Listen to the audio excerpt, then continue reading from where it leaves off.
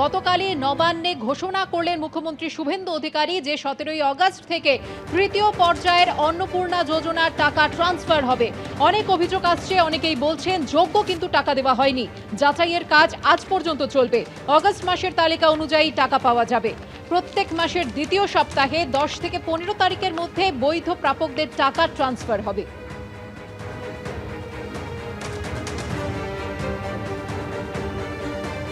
আমি কয়েকদিন আগে বলেছিলাম যে 17 তারিখ থেকে আমাদের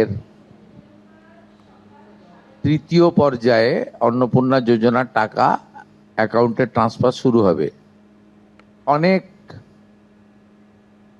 অভিযোগ আছে আমাদের কাছে এবং অনেক মহিলারা বলেন যে আমি যোগ্য কিন্তু আমাকে দেওয়া হয়নি ইত্যাদি ইত্যাদি। তাই আমরা মোটামুটি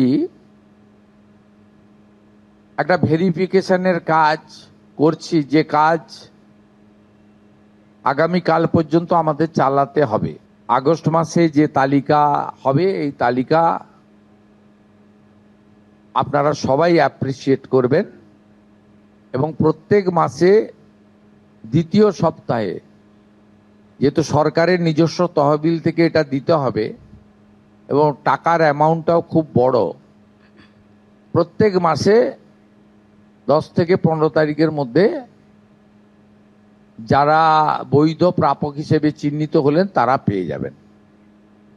অন্নপূর্ণা যোজনার জন্য তৈরি হচ্ছে অভিযোগ পোর্টাল, জানিয়েছেন মুখ্যমন্ত্রী শুভেন্দু অধিকারী।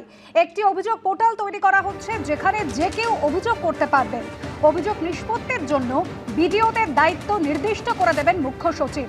দায়িত্বপ্রাপ্ত আধিকারিক শুনানি করে নির্দিষ্ট সময়ের মধ্যে নিষ্পত্তি করবেন, নবান্নে জানিয়েছেন মুখ্যমন্ত্রী।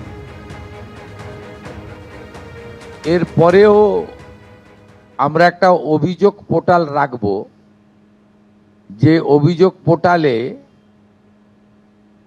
পরবর্তী সময়ে যে কেউ অভিযোগ করতে পারেন এবং এই অভিযোগ নিষ্পত্তি করার জন্য আমরা সংশ্লিষ্ট ব্লকের বিডিওদেরকে বিশেষ দায়িত্ব,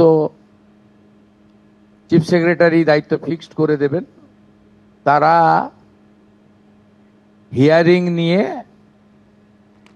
একটা নির্দিষ্ট সময়ের মধ্যে নিষ্পত্তি করবেন।